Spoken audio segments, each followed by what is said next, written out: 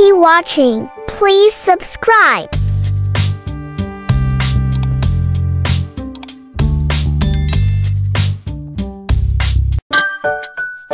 Kisah penyihir tua Baba Yaga. Dahulu kala, di negeri Sylvia Timur yang tersembunyi di tengah hutan gelap, hiduplah seorang penyihir tua yang dikenal sebagai Baba Yaga.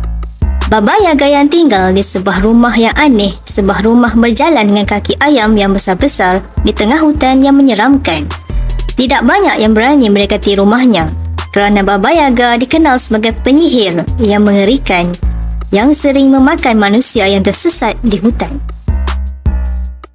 Suatu hari, di desa terdekat, hiduplah seorang pria muda yang bernama Ivan.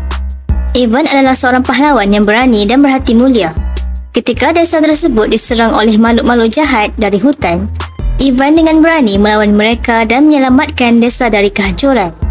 Kisah kepahlawanannya menyebar ke negeri seluruh negeri dan akhirnya mencapai telinga Baba Yaga.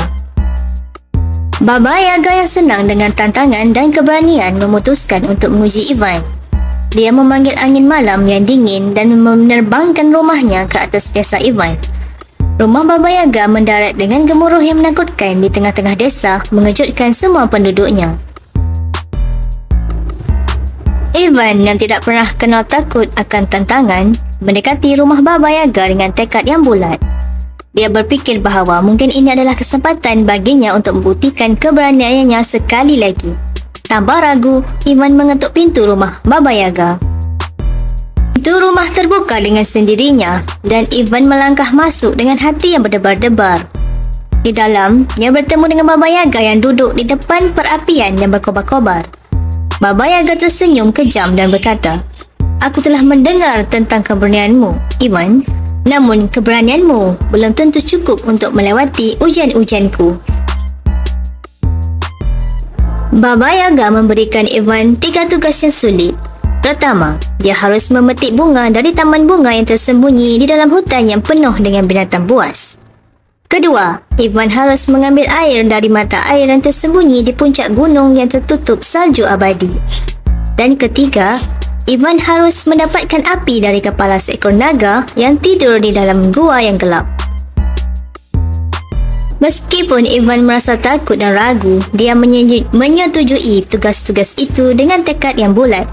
Dia pergi ke hutan yang gelap, mendaki gunung yang curam dan menyelami gua yang mengerikan. Selama perjalanannya, Ivan menghadapi berbagai rintangan dan bahaya.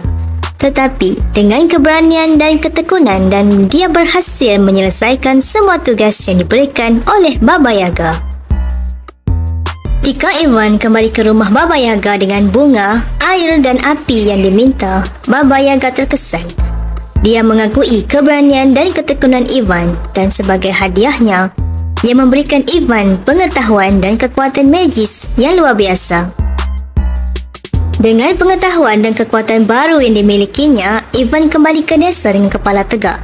Dia menjadi pahlawan yang lebih besar dari sebelumnya dan cerita tentang petualangannya dengan Baba Yaga tersebar ke seluruh negeri.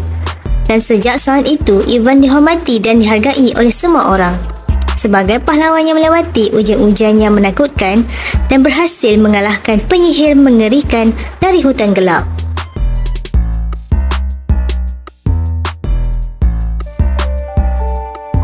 The end.